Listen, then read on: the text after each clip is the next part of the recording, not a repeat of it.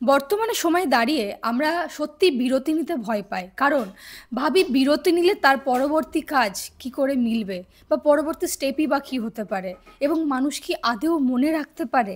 কিন্তু এই সমস্ত কিছু বাধা ভেঙে একেবারে তুড়ি মেরে উড়িয়ে দিয়েছেন পৃথাদি। 5 বছর পর তাকে আবার টলিপাড়ায় দেখতে পেয়েছি। প্রথমে জিজ্ঞেস করব কতটা খুশি, কারণ 5টা বছর কিন্তু সত্যি করগোনা সংখ্যা নয়।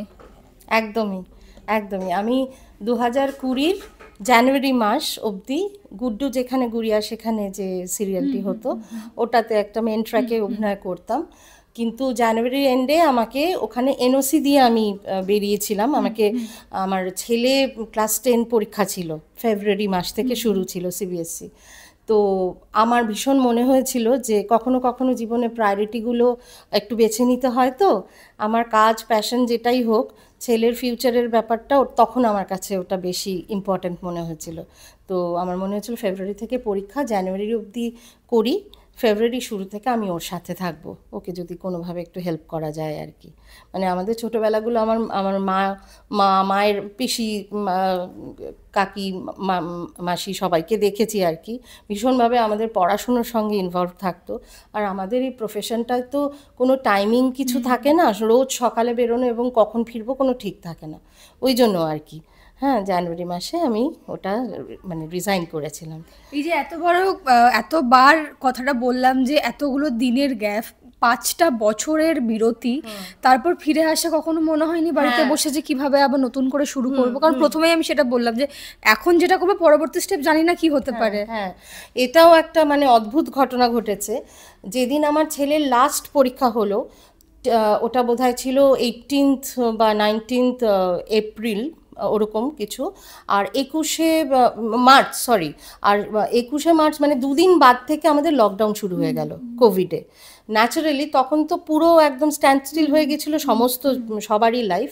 এবং কোভিড চলাকালীনই যখন আস্তে আস্তে আবার কাজ শুরু হলো, তখন আমি বোধহয় 7-8টা অফার পেয়েছি ফোনে। হ্যাঁ, কিন্তু আমি না করেছিলাম, তখন সব রিফিউজ করেছিলাম।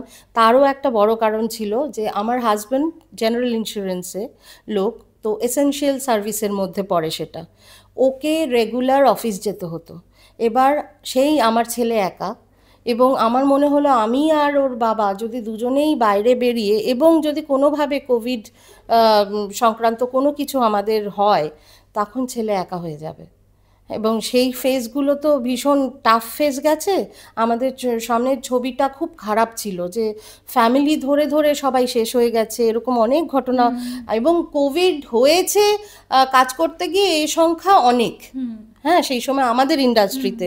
এবং এটা তো জানাই যে আমাদের মাস্ক পরে থাকা যাবে না, আমাদের অনেক সিকিউরিটি মেজার্স, যেগুলো সেফটি মেজার্স থাকে কোভিডের সময়, সেগুলো নিয়ে কাজ করা আমাদের পক্ষে সম্ভব না, যতই যে নিয়ম মানুষ হয়েওছে। এক একটা ইউনিটে পরের পর সব লোক অসুস্থ হয়েছে। তো সেখানেও যেহেতু আমার হাজব্যান্ড বেরোতো রেগুলার, আমরা তার জন্য অনেক প্রিকশন বাড়িতে রাখতাম। কিন্তু আমিও যদি বেরিয়ে যাই, ওইখানে আমার ছেলের জন্য আমি ঠিক করেছিলাম যে এই সময়টা আমি কাজ করব না। এই কম্প্রোমাইজটা মনে হয় শুধুমাত্র মারাই করতে পারে, কারণ কাজ এত বছরের ইন্ডাস্ট্রি ছেড়ে শুধু ছেলের জন্য বেরিয়ে গেছে, এবং ছেলের পড়াশোনার জন্য এতগুলো বছর নিজেকে আড়ালেও তো বলবো না, তবে মানে আলাদা রেখেছে সবার থেকে, কিন্তু প্রায়োরিটি ছিল তার ছেলেই। তো তবে একটা জিনিস আমি বলবো, যে আমার 93 থেকে আমি থিয়েটার করি, গ্রুপ থিয়েটার। হ্যাঁ, এবং এই যে ফেজটা গেছে, আমি কিন্তু কাজ ছাড়া ছিলাম না, আমার থিয়েটারটা আমার সঙ্গে ছিল। কিন্তু কোভিডের সময়টা তো সবাই আমরা ঘরে থেকে আমরা অনলাইন নানা রকম ছোট ছোট ইয়ে করে ইন্টারনেটের হেল্পে, যেটা সোশ্যাল মিডিয়ায় দেওয়া, সেই সব কাজগুলো করেছি। আমি সিরিয়াল করিনি ঠিকই, 2020-র পর থেকে টুকটুক মানে ছোট ছোট ট্র্যাক করেছি। আমি ধুলোকানাতে একটা ট্র্যাক করেছি, আমি গৌরী এলো করেছি, আমি রাঙা বউ করেছি, ছোট ছোট সব ট্র্যাক করেছি। কিন্তু এই যে টানা মেজর কোনো একটা মেইন ট্র্যাকের, যেখানে রোজ আমাকে বেরোতে হয় বা সেই ধরনের কাজ, এই অনেক বছর পর এখানে আমাদের দাদামণিতে। কি মনে হচ্ছে যে পুরোনো বাড়িতে আবার নতুন করে ফিরে এসেছে, নাকি বাড়িটা একই রয়েছে? আমার মনে হচ্ছে ফিশ ব্যাক ইনটু ওয়াটার। যারা অভিনয় প্রফেশনটার একবার থাকে না, তাদের এই যে ক্যামেরা, এই যে অ্যাকশন অ্যান্ড কাট, এইগুলো না ভীষণ জীবনের সঙ্গে ওতপ্রোতভাবে জড়িয়ে যায়। মানে এটা না প্রায় মানে সবাই বলে যে এটা একটা লোভ হয়ে যায় এটা মানুষের। লোভ মানে কি, অ্যাকচুয়ালি থিয়েটার বলো, সেটা স্টেজে, সেটারও একটা অন্য ঘরানা আছে। সেখানে আমরা দিনের পর দিন রিহার্সাল করি, ইম্প্রোভাইজ করে করে একটা চরিত্র, সেই শোটা যখন বারবার হতে থাকে সেখানে একটা এক্সপেরিমেন্টেশন চলতে থাকে। কিন্তু ক্যামেরার কাজ কি হয়, আমরা মানে এক্ষুনি আমরা একটা সিন পেলাম, সেই সিনটা মুহূর্তের মধ্যে মেকআপ করতে করতে এই করতে করতে সেটা পরে নিলাম, একটা ফ্লোরে গিয়ে একটা সবাই মিলে একটা লাইট সেট করে নিয়ে একটা রিহার্সাল মতো হলো, তারপরে মনিটর হলো, এই যে হলো, এর থেকে ইম্প্রোভাইজ করতে হবে, আচ্ছা এই জায়গাটা এরকম করতো, ওই জায়গাটা আমি এরকম করি, ওরকম করবে, এই করতে করতে একটা মানে এই যে একটা ভীষণ মোমেন্টামে একটা জিনিস তৈরি হয় না, এটার একটা বিশাল মানে স্পিরিট আছে, সেই স্পিরিটটা ভীষণ এনকারেজ করে লাইফকে। আর এইভাবেই তুমি মানে দর্শককে আগলে রেখেছো, কারণ পার্শ্ব চরিত্র তুমি মানেই সেটা একদম জল জল উজ্জ্বল, মানে প্রত্যেকটা ছন্দ মিলিয়ে যদি বলতে হয় পার্শ্ব চরিত্রে তুমি একদম নক্ষত্রের মতো সমস্ত কিছু সামলেছো। কি মনে হয় জীবনে, বা কি মনে হয়েছিল যখন থেকে শুরু করেছো এবং থিয়েটার থেকে এখনো অবধি যে লাইম লাইটে এসে নিজেকে প্রথমে দাঁড় করানো, নাকি পার্শ্ব চরিত্র থেকেই সবটাকে সামলানো? দেখো, একটা জিনিস আমি দেখেছি যে আমার এখন যেটা যে বয়সটা, তাতে তো হিরোইন হওয়া বা ওই জাতীয়, মানে আমি যখন শুরুও করেছিলাম, আমি ক্যামেরার কাজ অনেক পরে শুরু করেছি। থিয়েটার আমার 93 থেকে, ক্যামেরার কাজ আমি প্রফেশনালি শুরু করছি 2016 পটল কুমার গানওয়ালা, ওই ওই থেকে আমার শুরু। তো সেখানে একটা জিনিস আমাকে যেটা সবসময় টানে, সেটা হচ্ছে এই সাইড ক্যারেক্টার্স, সেটা সাইডে মানে সাপোর্টিং হোক, যে ক্যারেক্টারগুলো অনেক রকম ফ্লেভার থাকে তার মধ্যে। হ্যাঁ, মানে নেগেটিভ বলো পজিটিভ বলো, নানা রকম, যেগুলো আরও বিশেষ করে যে চরিত্রটা আমি ব্যক্তিগত জীবনে নই, সেই চরিত্রগুলো করতে আমার প্রচণ্ড ভালো লাগে। মানে ওটা আর কি, নিজেকে নিজে একটা চ্যালেঞ্জ করা এবং নিজেকে খুঁড়ে বার করা, একটা অভিনেতার জীবন কিন্তু তাই। আমার ওই যে একটা গানের লাইন আছে না, তোমার ঘরে বসত করে কয়জনা, মন জানো না, সেইটাই হচ্ছে, আমাদের মধ্যে কিন্তু অনেকগুলো মানুষ লুকিয়ে আছে। এবার এই যে চরিত্রগুলো এক একটা ওই মানুষকে বের করে আনা, সেইটা একটা দারুণ মজার খেলা। হ্যাঁ, সেটা থিয়েটারেও বলো, এই ক্যামেরার জায়গাতেও বলো, সব জায়গায় অভিনয়ের প্যাটার্নটা আলাদা, টেকনিক্যাল জায়গাটা আলাদা, কিন্তু সেই একই ফাংশনিংটা একই, যে নিজেকে খুঁজে বার করা, যে আমি যদি একটা ভীষণ রাগী, একটা খুব নেগেটিভ ক্যারেক্টারে, যে সবসময় কারুর ক্ষতি করতে চাইছে, কাউকে মেরে ফেলতে চাইছে, সেটা হলে আমি কীরকম হতাম।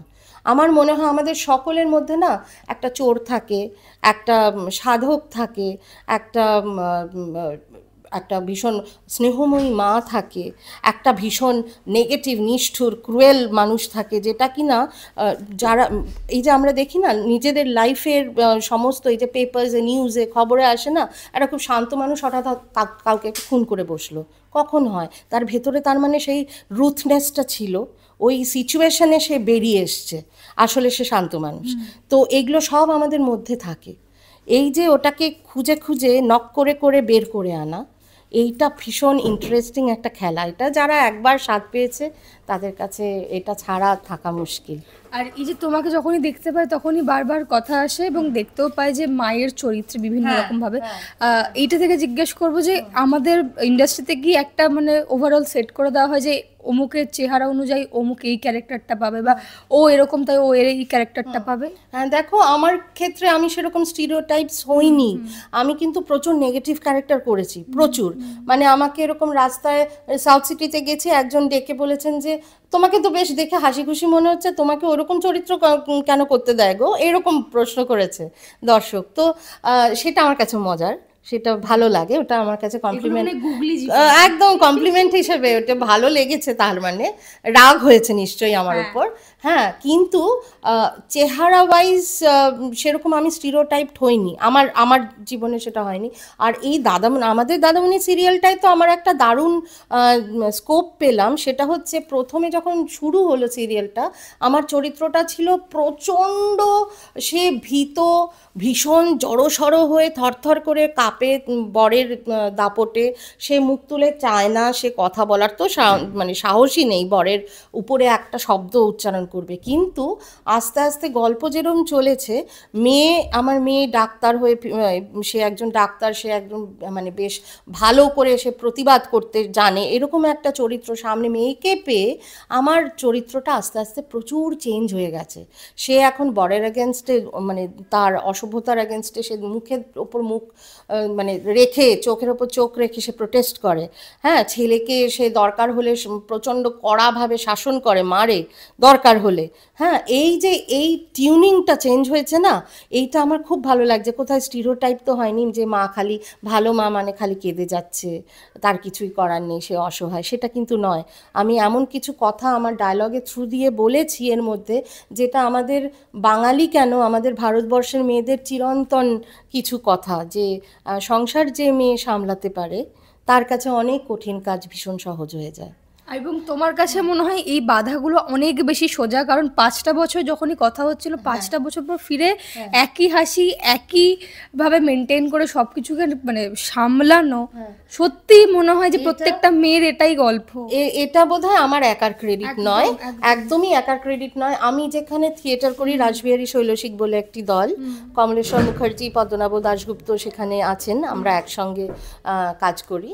তো সেইখানেও যেরকম, মানে আমি খুব ছোট থেকে থিয়েটারে ঢুকে গিয়ে একটা জিনিস আমার হয়েছে, গ্রুপ অ্যাক্টিভিটি, মানে সবাইকে নিয়ে একসঙ্গে হইচই করে একটা ক্রিয়েটিভ কাজ করা। যদি এখন যারা থিয়েটার করে তাদের এখন টেলিভিশন থেকে বাদ পড়ে যেতে হচ্ছে, এবং যারা টেলিভিশন করছে তারা সিনেমায় কাজ পাচ্ছে না, সিনেমায় করলে সে ধারাবাহিকে ফিরছে না। এই যে স্টিরিওটাইপ ব্যাপারগুলো হচ্ছে বা এই বিষয়গুলোর মধ্যে এখন নানান চক্রান্ত, নানান মন্তব্য চলছে, তুমিও শুনেছো।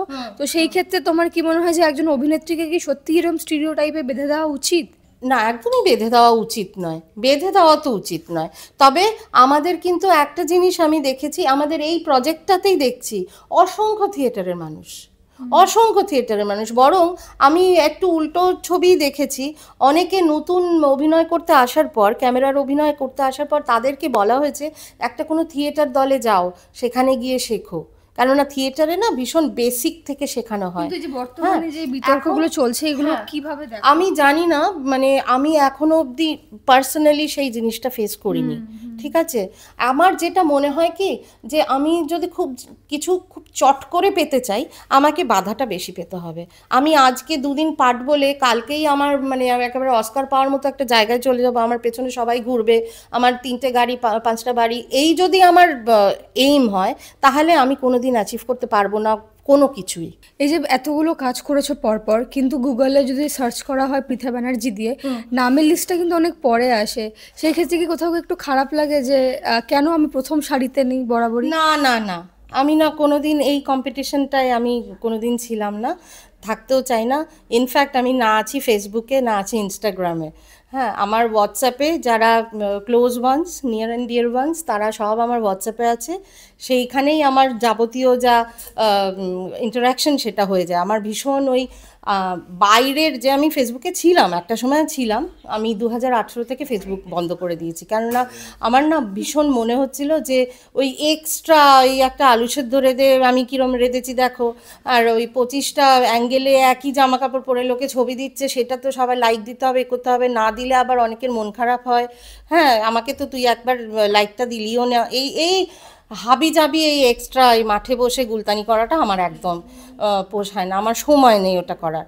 ইনফ্যাক্ট আমি থিয়েটার, আমি গভর্নমেন্ট আর্ট কলেজের এক্স স্টুডেন্ট, আমার টেক্সটাইল ডিজাইন নিয়ে পড়াশুনো, তো আমার ছবি আঁকার কাজ থাকে, মানে আমি নিজে, কিন্তু আমাদের ক্ষেত্রে ইন্ডাস্ট্রিতে তো অনেকটা আতিথেয়তা করতে হয়। আমার সঙ্গে ভীষণ মানে অনেকের, যে সেই 2016 থেকে যে কাজ করছি না, আমার সঙ্গে অনেকের আত্মীয়তা হয়ে গেছে, মানে এটা অন্য লেভেলে, মানে শুধু যে কলিগ তারা রয়েছে তা নয়, সেটা কিন্তু কানেকশন আমার থেকে গেছে, মানে তারা আমার সঙ্গে তাদের মানে এক্সটেন্ডেড ফ্যামিলি হয়ে গেছে, সেটা যোগাযোগটা থেকে যায়।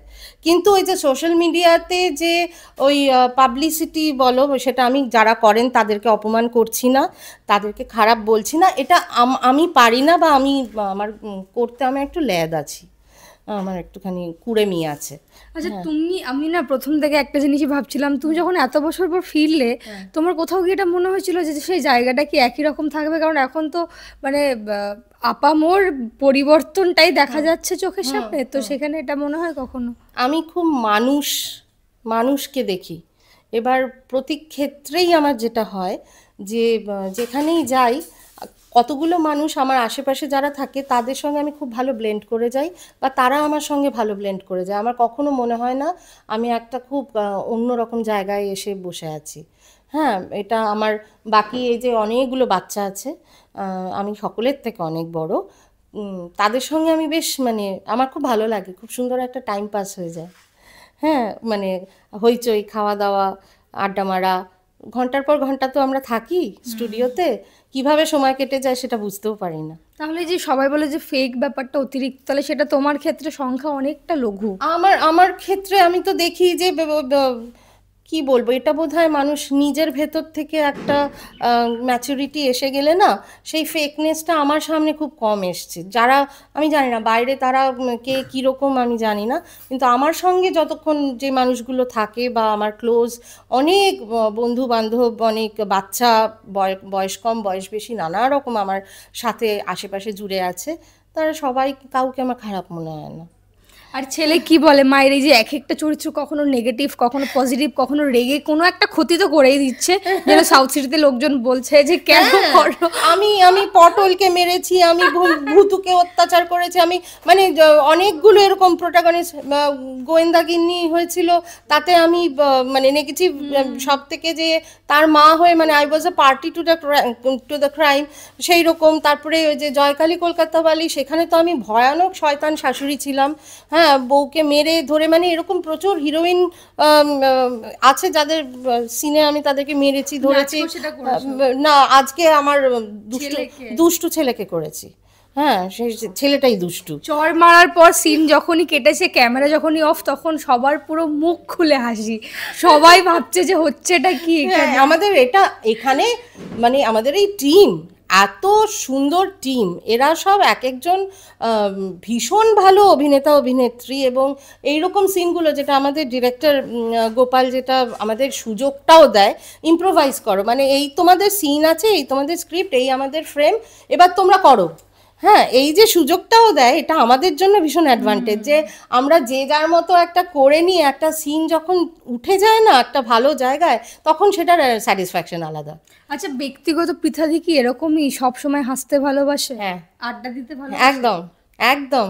আমার খুব মনে হয় যে আমাদের জীবনে দুঃখ আছে, যন্ত্রণা আছে, খারাপ আছে, অনেক ডার্কনেস আছে, কিন্তু সেগুলো সব হচ্ছে আমাদের নিজেদেরকে তৈরি হওয়ার লেসন।